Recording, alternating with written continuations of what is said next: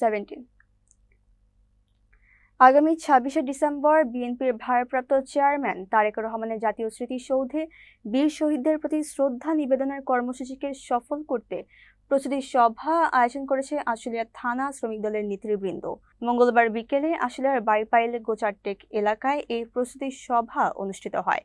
সভায় BNP chairperson Begum Khaleda জিয়ার সুস্থতা কামনা এবং তারেক রহমানের আগমন ও কর্মসূচি শান্তিপূর্ণ ও সফলভাবে সম্পন্ন হওয়ার জন্য বিশেষ দোয়া ও মোনাজাতের আয়োজন করা হয়। আশুলিয়া থানা শ্রমিক দলের সভাপতি আব্দুল বাতেন শিকদারের সভাপতিত্বে এবং সাধারণ সম্পাদক মোহাম্মদ রবিউল ইসলামের সঞ্চালনায় সভায় প্রধান অতিথি হিসেবে উপস্থিত ছিলেন ঢাকা জেলা শ্রমিক দলের যুগ্ম সাধারণ সম্পাদক কামরুল ইসলাম মধু। বিশেষ অতিথি হিসেবে উপস্থিত ছিলেন ঢাকা জেলা শ্রমিক দলের সাংগঠনিক সম্পাদক মোখলেসুর রহমান, আশুলিয়া থানা বিএনপির তাঁত বিষয়ক সম্পাদক ও থানা শ্রমিক দলের সাংগঠনিক সম্পাদক আনসার আলী। এছাড়াও সভায় উপস্থিত ছিলেন ইউনিয়ন শ্রমিক দলের সাধারণ সম্পাদক জয়নাল আবেদিন, শ্রমিক নেতা লিটন গাজী সহ থানা ও ইউনিয়ন পর্যায়ের বিভিন্ন স্তরের শ্রমিক দলের নেতাকর্মীরা।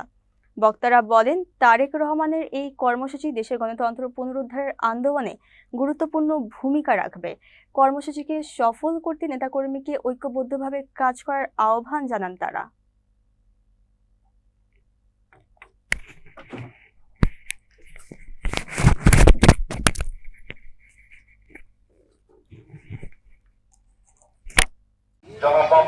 জয়নাল ভাই আপনাদের মাঝে চেয়ারম্যান তারেক রহমানের আহ্বায়ক মধু ভাই এবং আরো আমাদের নেতা আসছেন, সবার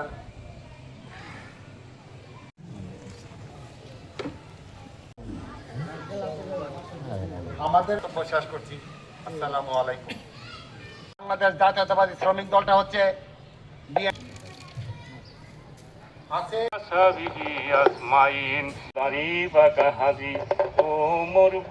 আমাদের সমস্ত গুনাহগার মাফ করে দাও আল্লাহ, তুমি আমাদের আমাদের রাজনৈতিক অভিভাবক, সাভার আশুলিয়ার গণমানুষের নেতা, ধানের শীষের কাণ্ডারি ডাক্তার দেওয়ান সালাউদ্দিন বাবু ভাইয়ের নেতৃত্বে আমরা আশুলিয়া থানা শ্রমিক দল ঐক্যবদ্ধভাবে প্রতিটি অঞ্চল, ইউনিয়ন, ওয়ার্ড সবাই ঐক্যবদ্ধভাবে আমরা এমনভাবে সাংগঠনিক দেখাবো।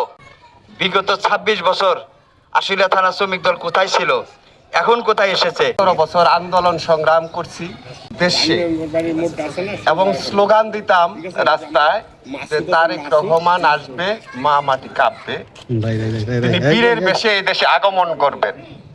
তিনি আজকে বীরের বেশে আগমন করছেন, এটা আমাদের আনন্দের দিন।